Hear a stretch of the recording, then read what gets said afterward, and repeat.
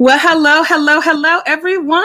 And thank you so much for jumping on into our stream. Listen, we are broadcasting all across the interwebs. Mm. And I'm super excited because I have one of my co-authors hanging out with me right now, Maria Davis-Pierre. Hey, Maria. Hi. I'm so excited to chat with you and to share you with my audience and to have you as a co-author. And so let me formally introduce you as all of those that are coming on in. We say hello. Hey, Coach Shanita. Thank you for popping in and stopping by. We know that all of the interwebs are sending out notifications. So let me go ahead and introduce our guests tonight as you guys are coming on in. Maria Davis-Pierre. She is the founder and CEO of Autism in Black, Inc., located in West Palm Beach, Florida. This organization aims to bring awareness to autism spectrum disorder and reduce the stigma associated with the diagnosis in the Black community. Guess what? She was recently featured in Forbes just talking about the same topic. As a licensed mental health therapist, Maria primarily works with parents to provide support through education and advocacy training. In addition to therapy, Maria dons many other titles, including coach, speaker, and author and advocate. Her first published work, The Self-Care Affirmation Journal, is currently available on Amazon. Dolls and gents, give a big virtual round of applause for Maria Davis-Pierre, co-author in the book Pour. Again, I'm so excited to have you. I'm excited to be here. You know, that bio makes me feel like I'm really out here doing things. Listen, you are doing things. Hey, Dr. Kim, thanks for stopping by. Hey, Erica Lynn. Hey, girl. Hey, fellow platform builder. Hey, Tracy. Thank you so much for stopping by as well. So let's jump in, Maria. What made you decide to get into really mental health and therapy? Well, for me, because it wasn't initially about autism. So I initially got in because I was going down the track of being a physician, but I don't like germs. Okay. I want to help the people. So yeah, mental health was like, okay, that's more where I belong. And that's where I started at. Wow. And then the rest is history. And so Autism in Black, those that want to know how that really got started, they got to pick up a copy of the Pour, right? Yeah. But you have an amazing podcast. And so I'd love for you to share the podcast that you have and the types of episodes and shows that you put together. So the podcast is by the same name, the Autism in Black podcast. It is for Black parents who have a child who is autistic, as well as individuals who are autistic, and healthcare professionals who want to learn more about the Black side of autism. As we know, well, as I know, and a lot of you are going to know, we don't get a lot of the resources in the Black community when it comes to autism. So I created the podcast as another means to get that information to us that is quite needed. So we have guests like psychologists, fellow autism parents.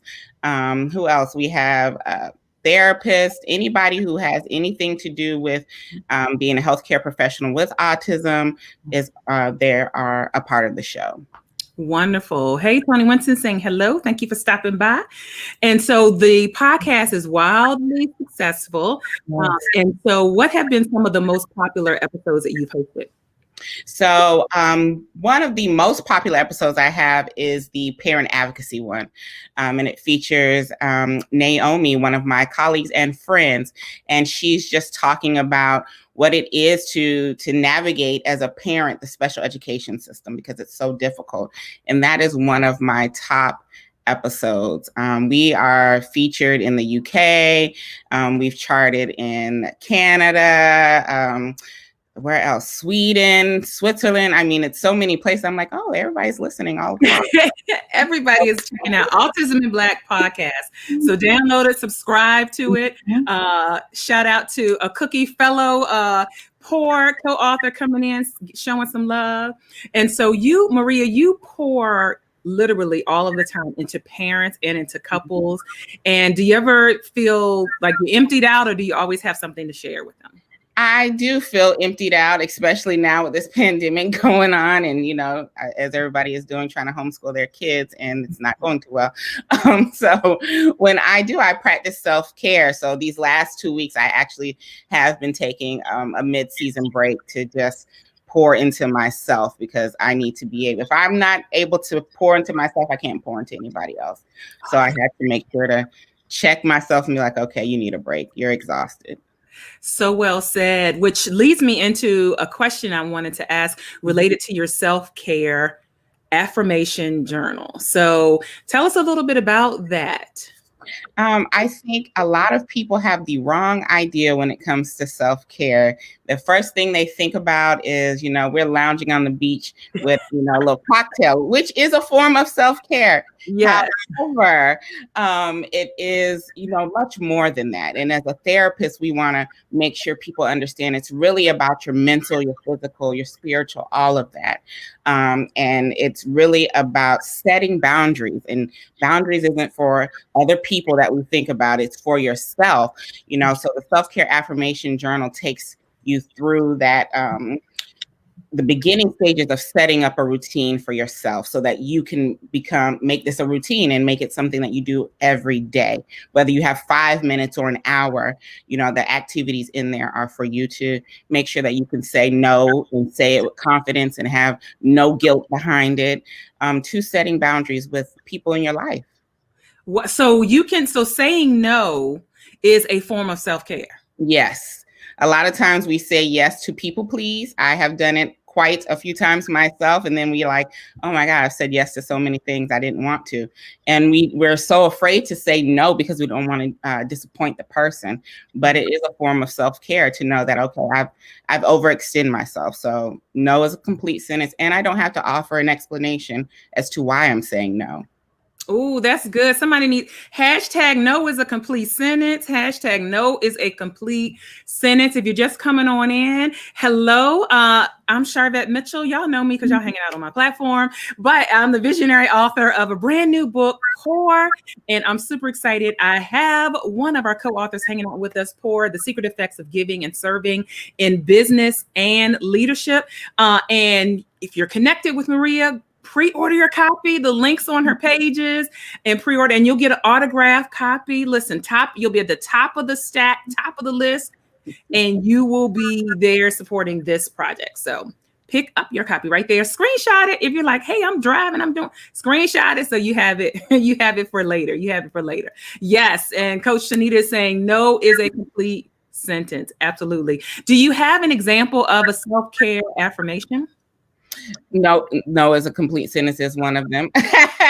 And I give myself permission to say no is another one. Because a lot of times we have to give ourselves that permission to say it's okay to do this. It's okay to say no. It's okay to set that boundary. Because sometimes we're so in our head about it.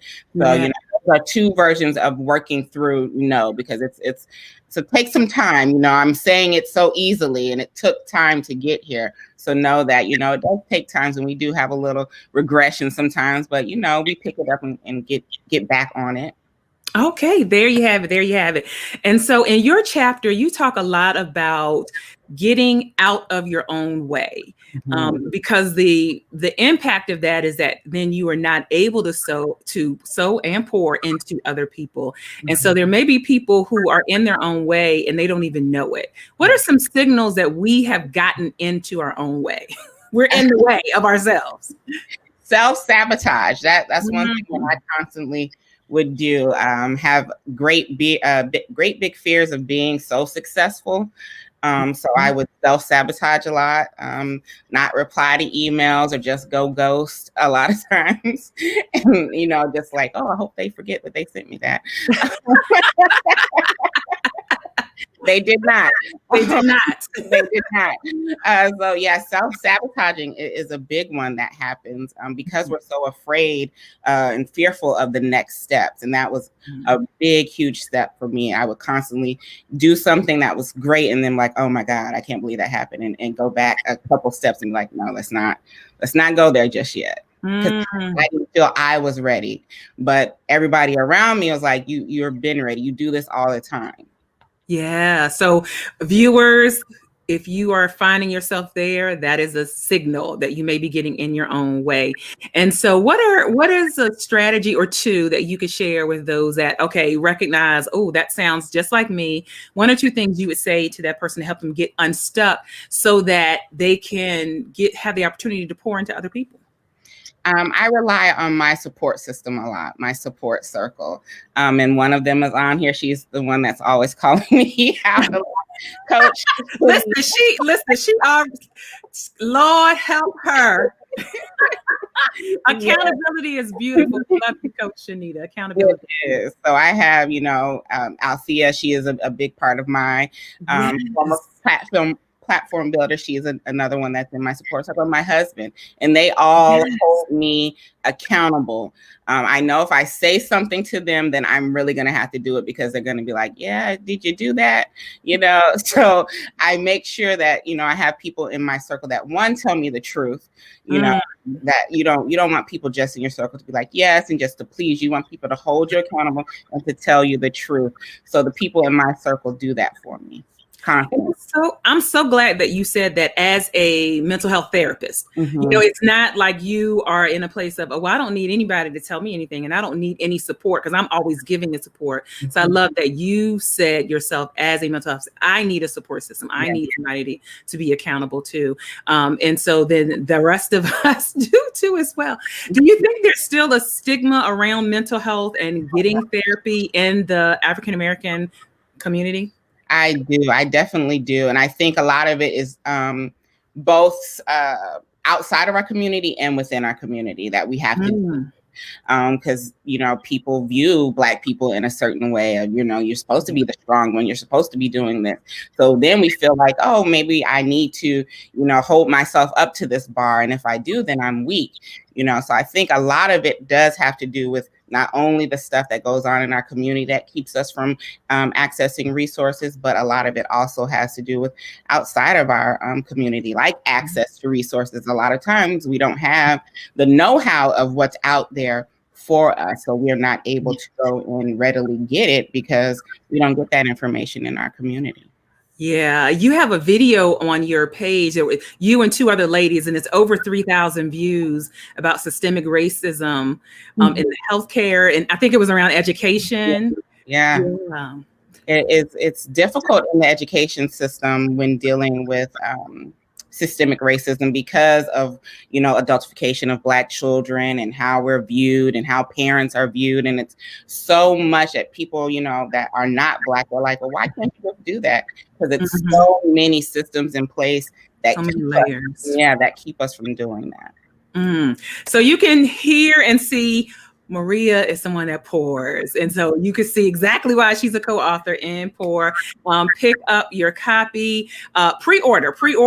They come out in October. You'll be at the top of the list to get your order. And you mentioned your husband. I just have to shout him out. I have never met him physically, but I just love that Dr. Barry. I just love he's a visionary. It almost reminds me a little bit of my conversation the other day with co-author Edwinette, who mentioned how her husband is such a strong visionary. And so Dr. Barry is just a strong visionary. So I shout him out because every couple doesn't have that testimony. I'll say it that way, that there's such equal support.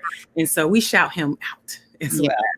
Shout out to my hubby. He pushes me, and I don't like it a lot, and she can tell you, but he pushes me to greatness. So I appreciate it afterwards. Yes, we appreciate it afterwards. Oh my goodness. And so as we begin to wrap up, I'd love to hear what continues. I know your passion around, autism and Black. You are doing great things in that space. What continues to motivate you and drive you forward? It is my daughter who is autistic, and the reason that Autism in Black exists, because I want to, make it easier for her, because she is a little Black girl who is autistic, and, adding in those multiple intersections, it makes it difficult to navigate the world. So that is my reason to make sure that I'm always up on a platform talking about autism and bringing awareness to autism. Well, thank you. And you do an amazing job. Thank you for pouring and all of the great things. How can people connect with you on social media? So you can find me at Autism and BLK on Facebook. On all other channels, it's Autism and Black spelled out. All right, there you go. And again, pre-order your copy. If you're catching the replay, just hashtag replay. We can give you some love and we'll come back. Maria, thank you so much for stopping by the virtual studio and hanging out with me. Thank you for having me. All right, you are welcome. You are welcome. All right, thanks so much, everyone that just stopped in. And if you're catching the replay, we know tons of you are going to watch the replay. You can still pre-order your copy from Maria, and I'm excited for all of the co-authors. We have 2 more interviews that'll let you kind of know about the co-authors. If you missed any of them and you're hanging out on Charvette Mitchell and Mitchell Productions on Facebook, I have a nice little playlist set up with all of the videos. Or if you're hanging out on YouTube, hey, Periscope as well, if you're hanging out there. Twitter, thank you, Carla R. Jenkins, for retweeting. On YouTube, there's a whole playlist for all of the co-authors and their interviews. And so we thank you so much. And it was really great to chat with Maria. We'll see you guys later on the web.